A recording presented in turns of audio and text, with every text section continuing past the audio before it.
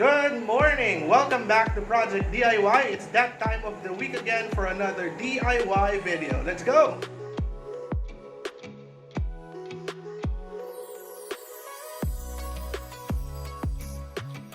For this week's video, we're going to be replacing the backlight for our gauge panel. As you can see, hindi siya gumagana, walang ilaw kahit i-turn on and off ko na yung switch. Alright, and for the bulbs, we bought it from Lazada for 11 pesos and 88 centavos per piece. We're going to use T10 light bulbs. And since this is an electrical job, you have to disconnect the negative terminal of your battery para safe tayo from short circuits. Now, before you dismantle your dashboard, always make sure to double check your dimmer switch because sometimes this is the only problem. You may have turned it way too low kaya hindi umiilaw yung lights. Pero for my example, sira talaga o pundido talaga yung mga ilaw. So simulan na natin magbaklas ng ating dashboard. Alright, so natanggal na natin yung cowl ng ating bezel. So this is how it looks like without the cowl. Now, before we can even remove the gauge cluster, we have to remove 4 screws.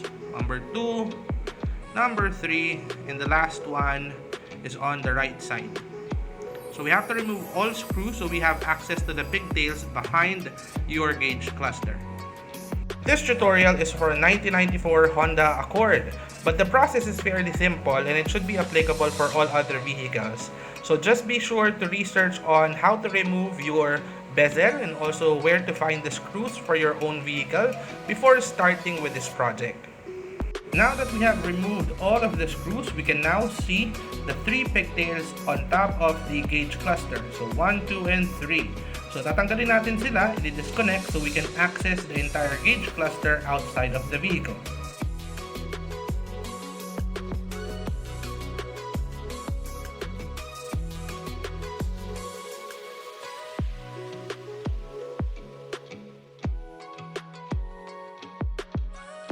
Alright, so now we have the gauge cluster outside of the vehicle.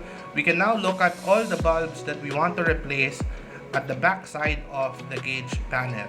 So in this example, we'll replace all of the T10 bulbs kasi sila lang yung hindi umiilaw. So we have 1, 2, 3, and 4. But if you want to replace others, there are additional T5 bulbs right here. And on top, there are 2 additional T5 bulbs for your backlight. This is the first one and this is the second one.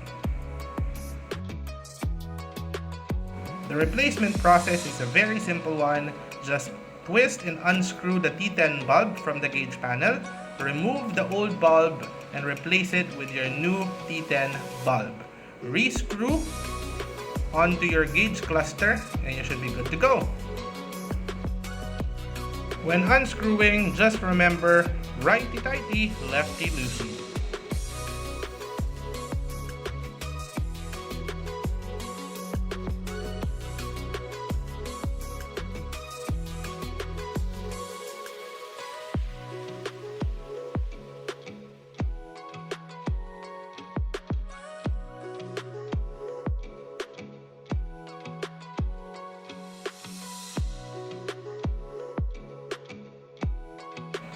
After replacing all of the bulbs that you want to replace, either T10 or T5, you're now ready to test whether the lights are working or not.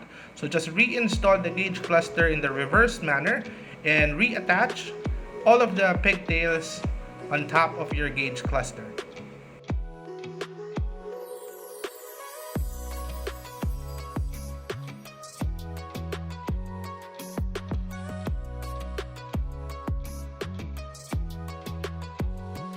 Before testing the light, make sure that you reattach the dimmer switch. As you can see, hindi siya gagana kung hindi naka-install yung dimmer switch natin. And please don't forget also to reattach the negative terminal of your battery before you test.